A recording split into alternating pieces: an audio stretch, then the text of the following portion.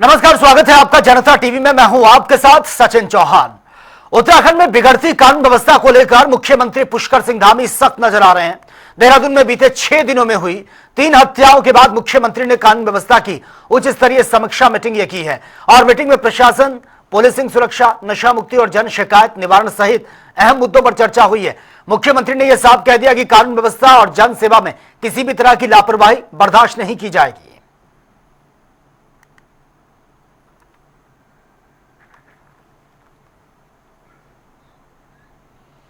और वही धर्म नगरी हरिद्वार में एक भव्य आध्यात्मिक और सांस्कृतिक समागम का आयोजन किया गया है और कार्यक्रम में शामिल होने के लिए भारत के 14वें राष्ट्रपति रामनाथ कोविंद हरिद्वार पहुंचे हैं। उन्होंने हरिद्वार को अध्यात्म का द्वार बताते हुए संतों के सानिध्य को सौभाग्य उन्होंने कहा है और 3 दिवसीय इस आयोजन में कई वीवीआईपी हस्तियों की वो भी मौजूद रहेंगी और जबकि प्रशासन ने सुरक्षा के पुख्ता इंतजाम किए हुए हैं।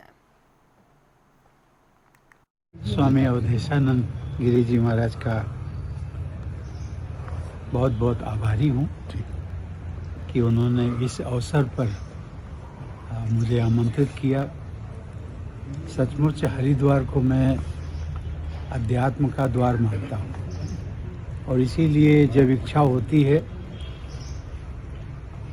जानकर अथवा कोई कार्यक्रम बन जाए, और इसे मैं सौभाग्य इसलिए मानता हूँ कि जो मन में होता है, इच्छा यहाँ बार बार आने की होती है, तो उसके महाराज जी निमित्त बन जाते हैं और इसको मैं अपना सौभाग्य मानता हूँ।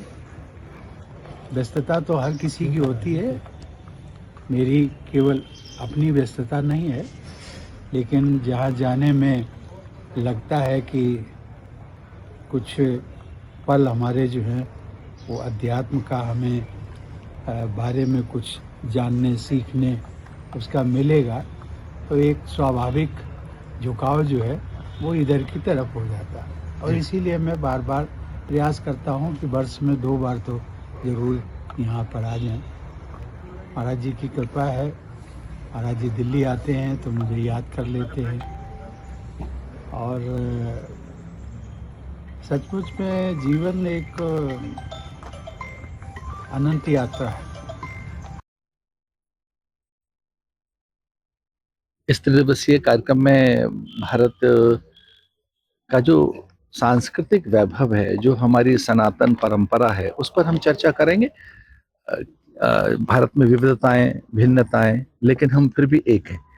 तो आज जो भारत, अजेय भारत दिख रहा है, समर्थ भारत, सशक्त भारत, इसके मूल में हमारी संस्कृति है जो सर्वे भवन्तु सुखिनः का भाव रखती है।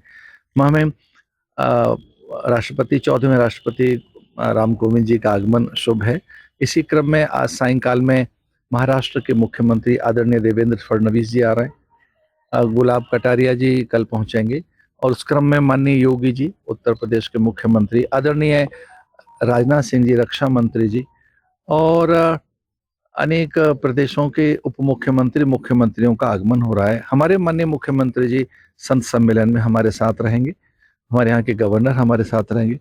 माननीय पुष्कर सिंह धामी जी को मैं धन्यवाद देता हूँ कि उनके निर्देशन में यहाँ का प्रशासन अत्यंत सहयोगी है और प्रशासन को भी बहुत बहुत धन्यवाद कि उन्होंने एक उत्तम कोटि की व्यवस्था की है। चूँकि देश भर की अनेक शीर्षस्थ विभूति यहाँ आ रही हैं और उनके सब प्रकार के सम्मान के लिए और सुविधाओं का ध्यान रखते हुए प्रशासन काफी सजग है। मैं प्रशासन को भी बहुत धन्यवाद देना चाहता हूं।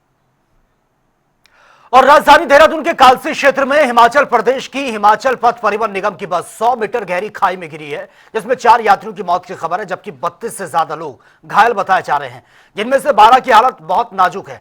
मृतकों में 2 महिलाएं और 1 पुरुष भी शामिल हैं। वहीं घटना पर सीएम पुष्कर सिंह धामी ने बाकायदा एक्स पर पोस्ट किया है और कुन्नू मिनस मोटरमार्ग कालसी में हिमाचल पथ परिवहन निगम की बस दुर्घटना पर दुख उन्होंने प्रकट किया है। उन्होंने कहा कि सूचना मिलते ही डीएम से फोन पर बातचीत करके आवश्यक दिशा निर्देश जारी कर दिए गए हैं।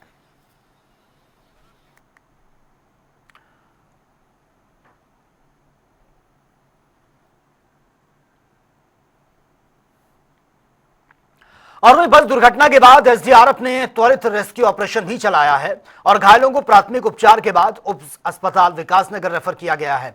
जिला अस्पताल रेफर यह किया गया। बेहतर इलाज के लिए दून हॉस्पिटल में उनको भेजा गया है। सीएमओ के निर्देश पर इमरजेंसी वार्ड तैयार किया गया, जहां पर 10 बेड आरक्षित रखे गए हैं। मुख्यमंत्री पुष्कर सिंह धामी के निर्देश पर जिला प्रशासन पूरे मामले पर नजर बनाए हुए है। अभी ये दुखद घटना के बारे में हमें इन्फॉर्मेशन आई थी सीएमओ साहब के द्वारा, तो हमने हमारी इमरजेंसी में 10 बेड इमरजेंसी के तैयार करके रखे हुए हैं। अगर कोई भी पेशेंट वहाँ से आता है तो मोस्टली वो सर्जरी और मेडिसिन डिपार्टमेंट से रिलेटेड होंगे, तो दोनों डिपार्टमेंट को इन्फॉर्म कर दिया गया है। साथ ही और जो बाद एलाइड ब्रांचेज हैं उनको भी तैयार करके रखा हुआ है कि अगर कोई भी पेशेंट आता है तो हम उसको देख लेंगे। फिलहाल यहां रुकेंगे एक छोटे से ब्रेक के लिए, लौटेंगे कुछ और खबरों के साथ।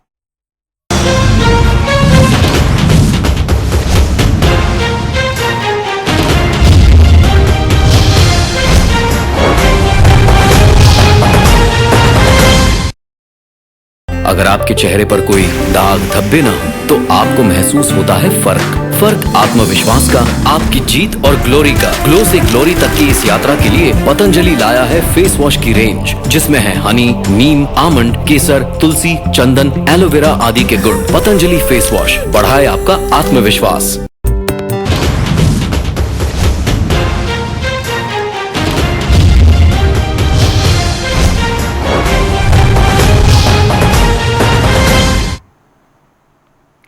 देहरादून के लोक भवन में आयोजित गणतंत्र दिवस परेड में उत्कृष्ट प्रदर्शन करने वाले एनसीसी कैडेट्स के सम्मान समारोह में राज्यपाल लेफ्टिनेंट जनरल गुरमीत सिंह शामिल हुए हैं। इस अवसर पर राज्यपाल ने कैडेट्स के अनुशासन, समर्पण और राष्ट्रभक्ति की जमकर तारीफ करते हुए उनको सम्मानित किया है। समारोह में गणतंत्र दिवस परेड की झलकियां भी प्रस्तुत की गई हैं, जिससे कैडेट्स का उत्साह भी बढ़ा है। हमारे उत्तराखंड का जो रिपब्लिक डे कॉन्टिजेंट गया था, एक तो उन्होंने वहां पर एक उत्कृष्टता, एक स्पेशलाइजेशन और अपने आप उनका जो कार्य था वो राष्ट्र लेवल के ऊपर में बहुत सराहाया गया।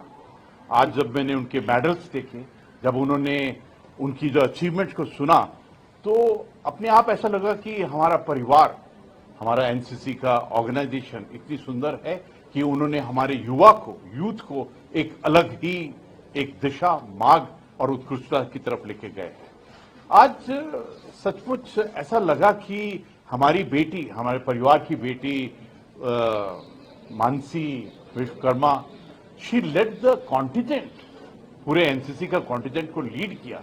तो ऐसे लगा कि उत्तराखंड का जो सौभाग्य है, उत्तराखंड की जो यूथ की जो रिप्रेजेंटेशन है, हमारे पूरा परिवार, पूरा युवा, हर एक बेटी को उन्होंने रिप्रेजेंट किया और इतना गर्व हो रहा था जब उनको टेलीविजन के ऊपर में देखा।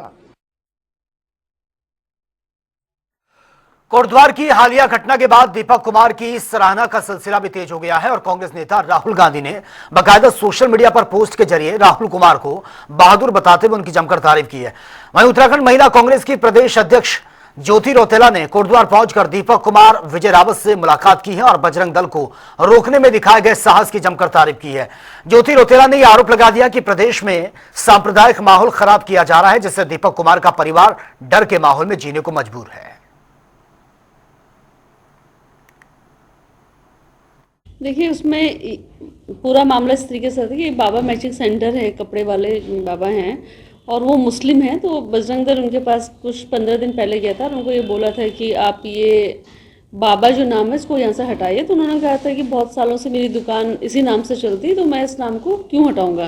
तो दोबारा बजरंग दल वाले उस दिन गए थे और उन्होंने बोला था कि आपने ये नाम नहीं हटाया, तो उसमें तोड़फोड़ करने की कोशिश करी। तो जो दीपक कुमार कश्यप हैं वो आ गया है और उन्होंने उनको रोकने की कोशिश करी कि आपको किसने ये अधिकार दिया है कि आप इसको तोड़फोड़ करेंगे। तो जब दीपक को उन्होंने ये पूछा कि आपका नाम क्या है, आप कौन होते हो, आप बीच में क्यों आते हो, तो उसने कहा कि उन्होंने ये बोला कि मेरा नाम मोहम्मद दीपक है। और ये घटना है 26 जनवरी की। 2 दिन तक इसमें कोई भी कंप्लेन नहीं आई, कुछ भी नहीं आया। उसके वहाँ पे कोई भाजपा का कार्यकर्ता है बबलू, जिनका नाम बबलू बताया गया, उन्होंने सोशल मीडिया पे इस बात को एक नैरेटिव सेट करने के लिए हिंदू मुस्लिम के, उन्होंने सोशल मीडिया में इसको अपडेट करा। कल बजरंग दल के खिलाफ भी 2 एफआईआर हुई हैं। दीपक और विजय रावत जो हमारे भाई हैं, यूथ कांग्रेस के जिलाध्यक्ष हैं विजय रावत, उनके खिलाफ भी पुलिस ने एफआईआर लॉन्च करी 31 तारीख को। और जो दीपक कुमार है उनकी, क्योंकि एक 5 साल की बच्ची है, उनकी माता है और बहुत गरीब घर के लड़के हैं, इस वक्त एक जिम चलाते हैं रेंट पे, तो उनको जिस तरीके से एक डर उनकी वाइफ से मेरी कल बात हुई, तो उनको एक डर पैदा हो गया है, क्योंकि बजरंग दल ने जिस तरीके से वहाँ पे अटैक किया, जिस तरीके से उनको हार्म पहुँचाने की कोशिश करी, उनके जिम में भी आने की कोशिश करी, लेकिन पुलिस ने उस चीज़ को वहाँ पे कंट्रोल करा। लेकिन आज वहाँ पे एक माहौल जो है उनके परिवार के बीच में डर का माहौल है। दूसरी तरफ भाजपा और जो बजरंग दल है, ये हिंदू मुस्लिम का जो नैरेटिव सेट करने का काम कर रही है, ये गलत है। और हम लोगों को लगता है कि कोडदार हमारा शहर है, हमारा प्रदेश है, और उसमें आग लगाने की जो कोशिश कर रही है वो भाजपा कर रही है। उत्तराखंड सरकार ने मत्स्य पालन को तकनीकी रूप से सशक्त करने की दिशा में एक बहुत बड़ा कदम उठाया है। पशुपालन मंत्री सौरभ बहुगुणा ने बताया कि उत्तराखंड देश का पहला राज्य बन गया जिसने सेंट्रल बैंक डिजिटल करेंसी के जरिए फिशरीज योजना ये लागू की है, और इससे पहले जो है बिचौलियों की भूमिका खत्म होगी और सब्सिडी सीधे लाभार्थियों के खाते में पहुंचेगी। और साथ ही आपदा प्रभावित मत्स्य पालकों की बीमा योजना के तहत 45 लाख रुपए की सहायता राशि भी ये दी गई है। पिछले 4 साल से कोशिश में है कि किस तरीके से उत्तराखंड की जीवनों में कॉन्ट्रीब्यूशन कर सके, किस तरीके से अपने पशुपालकों को, मत्स्य पालकों को हम रोजगार में जोड़ सकें, कैसे केंद्र और स्टेट की योजनाओं से उनको लाभान्वित किया जा सके। और आज भी हमने एक नई पहल करी है। उत्तराखंड पहला प्रदेश है पूरे देश में जिसने CBDC के माध्यम से अपनी फिशरीज की जो योजना है उसको लॉन्च किया है। सेंट्रल बैंक डिजिटल करेंसी, जो माननीय प्रधानमंत्री जी का एक सपना है डिजिटल इंडिया का, उसको और बल देते हुए उत्तराखंड सरकार पहली सरकार है पूरे देश की जिसने इसको अपनी फिशरीज के मत्स्य पालकों के साथ जोड़ के आगे बढ़ाने का काम किया है। इससे हमारे कुछ फायदे होंगे कि कोई बिचौलिया बीच में नहीं होगा, कोई हमारे लीकेजेस नहीं होंगे, डायरेक्ट सब्सिडी जो है हमारे किसानों के अकाउंट में रहेगी, डिजिटल पेमेंट के माध्यम से रहेगी। तो मैं बधाई देता हूँ विभाग के समस्त अधिकारियों को, हमारे सचिव और समस्त अधिकारियों को जिन्होंने इस योजना को, RBI बैंक को और पंजाब नेशनल बैंक को, RBI को और हमारे NPCI को, जिन्होंने इस योजना को क्रियान्वित करने में अपना पूरा योगदान दिया है। उसी के साथ साथ आज जैसे मैंने आपको बताया कि उत्तराखंड पहली स्टेट है जो इंश्योरेंस के माध्यम से भी जो हमारे किसानों का नुकसान हुआ है, रेस वेस टूटते हैं, चाहे वो भूस्खलन के माध्यम से हो, एक्सेसिव रेनफॉल के माध्यम से हो, हमने आज उनको 43 लाख रुपए के लगभग के आसपास का चेक वितरण किया है ताकि उनके जो नुकसान हुआ है उसकी भरपाई हो सके। तो एक कोशिश है लगातार फिशरीज विभाग की कि हम अपने योजनाओं के माध्यम से किसानों को मजबूत कर सकें और माननीय प्रधानमंत्री जी का जो सपना है कि हमारे किसानों की आय दुगनी हो, उसमें अपना योगदान दें।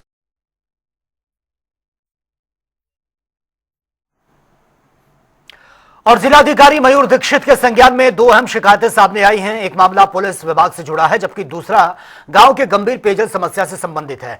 पीड़ित विजेंद्र ने बताया कि रविदास लीला के दौरान सड़क से गुजर रहे छोटे बच्चों पर यह हमला हुआ है जिसमें 2 से 3 बच्चे गंभीर रूप से घायल भी बताए जा रहे हैं। जिलाधिकारी ने मामले की गंभीरता से इसको लिया है, तत्काल कार्रवाई और पेयजल समस्या के शीघ्र समाधान का भरोसा दिया है। और मैं क्या नाम यहाँ पे आया था SSP ऑफिस पे और DM साहब के साथ मिलने के लिए आए। कुछ हमारे बड़े छोटे लोग भी आ रखे हैं यहाँ पे। तो रविदास लीला हमारे गांव में चल रही थी जी, तो वहाँ से कुछ बच्चे, छोटे छोटे बच्चे आ रहे थे। तो SC समाज के लोगों ने 2-4 लड़के थे वहाँ इकट्ठा होके, तो हमारे 2-3 बच्चे पीट दिए पाल समाज के जी। तो उसमें गहरी चोट आई, उसका दांत भी टूट रखा है और क्या नाम एक हड्डी भी टूट रखी है जी, और सिर में भी गहराई चोट है। तो प्रशासन के पास गया, भगवानपुर थाने गए, तो वहाँ से कुछ कार्रवाई नहीं हुई जी। तो जैसा वहाँ गए उन्होंने कुछ मतलब उसी तरीके से कुछ धाराओं में लिखा गया, जैसे कि चोट आई गई थी उस धारा में लिखा नहीं गया। मांग क्या करते हैं, क्या मांग करते हैं जी उनकी अरेस्टिंग होनी चाहिए। इन लोगों ने समस्या बताई है, एक पुलिस विभाग से संबंधित है, एक पेयजल से संबंधित है, उसको संज्ञान में लेकर कार्रवाई के लिए निर्देश दिए गए। और हरिद्वार में ई रिक्शे की बढ़ती डिमांड और साथ ही जाम की समस्या को नियंत्रण करने के लिए बहुत ज्यादा ई रिक्शा वालों की भीड़ बढ़ रही है। जाम की समस्या, इसको नियंत्रण करने के लिए प्रशासन ने एक अहम कदम उठाया है। ई रिक्शा के लिए बाकायदा रूट जो तय किए गए हैं और रिक्शा और चालकों का जो वेरिफिकेशन है वो QR कोड भी लगाया जा रहा है। उसको लेकर रोशनाबाद स्थित ARTO कार्यालय में DM ने इस अभियान की शुरुआत कर दी है। QR कोड से रिक्शा और चालक की पूरी जानकारी मिलेगी और नियमों का उल्लंघन अगर कोई करता है तो उस पर एक्शन भी लिया जाएगा। सुरक्षा समिति में जिलाधिकारी महोदय की अध्यक्षता में जो बैठक हुई थी उसमें निर्णय लिया गया था कि जो शहर में 12,000 से अधिक ई रिक्शा रजिस्टर्ड हैं उनके ऊपर किसी तरह का रेगुलेशन किया जाए। तो उसमें निर्णय लिया गया, एक SOP बनाई गई कि सभी ई रिक्शा जो वाहन मालिक और चालक हैं उनका सत्यापन होगा, पुलिस सत्यापन किया जाएगा और उसके बाद वाहनों का फिजिकल वेरिफिकेशन होगा। उसके बाद जो वाहनों को एक ID कार्ड और एक स्टिकर मिलेगा और वो स्टिकर जो होगा वो वाहनों पे चस्पा होगा, उसमें उनके रूट भी निर्धारित होंगे और जब हम वो उसमें जो स्टिकर हैं उनमें QR कोड भी लगे हुए हैं। उन QR कोड्स को जब हम स्कैन करेंगे तो उनके रूट्स वगैरह और सारी डिटेल जो है वो हमें पता चल जाएगी। इसी तरह से जो ड्राइवर्स को ID कार्ड मिलेगा उनमें भी QR कोड लगा हुआ है, उससे हमें ड्राइवर की सारी डिटेल्स पता चल जाएगी। इससे जो है कि हमारे सिर्फ जो जिनका कोई क्रिमिनल बैकग्राउंड नहीं है सिर्फ वही लोग ही, जितने भी ई रिक्शा हमारे चल रहे हैं हरिद्वार में उनका प्रॉपर पुलिस वेरिफिकेशन किया जाएगा, ड्राइवर्स का और साथ ही ओनर्स, और साथ ही जितने भी ई रिक्शा हैं उनका रूट डिसाइड किया जाएगा। इस क्रम में विभिन्न हमने रूट्स डिफाइन किए हैं, उन्हीं रूट्स पर जो संबंधित ई रिक्शा है उसको चलाया जाएगा। ई रिक्शा के ऊपर एक स्टिकर भी लगाया जा रहा है जिस पर QR कोड है और उससे स्कैन करके उस ई रिक्शा की सारी डिटेल्स, ओनर की डिटेल्स पता ही लगा जा सकती है। साथ ही जो ई रिक्शा ड्राइवर होंगे उनको भी ID कार्ड इशू किए जा रहे हैं, उस पर भी स्कैन करके वो सारी डिटेल्स देख सकते हैं कोई भी। और साथ ही जो डिफरेंट यूनियंस हैं ई रिक्शा की उनके साथ भी वार्ता की जा रही है कि किस तरह से हम लोग ई रिक्शा का संचालन जनपद में करें ताकि ट्रैफिक कंजेशन, पार्किंग आदि की। हम भी चाहते हैं कि इस तरीके के जो है सत्यापन होने चाहिए, क्योंकि कल को बाहर से आने वाला जो गाड़ी चलाता है तो उसका क्रिमिनल रिकॉर्ड कैसा है, पीछे से कोई क्रिमिनल रिकॉर्ड तो नहीं है या इस तरीके की कोई ऐसी गतिविधियों में तो लिप्त नहीं है।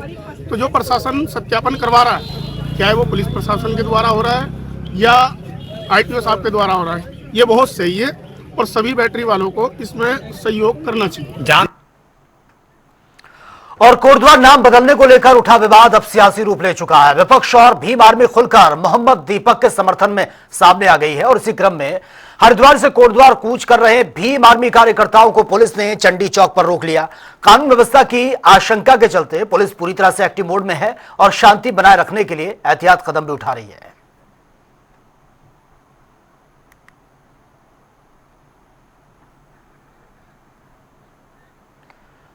हल्द्वानी में तहसील दिवस के दौरान बनभूलपुरा से पार्षद शकील सलमानी ने अधिकारियों की गैर मौजूदगी पर सवाल उठा दिए हैं।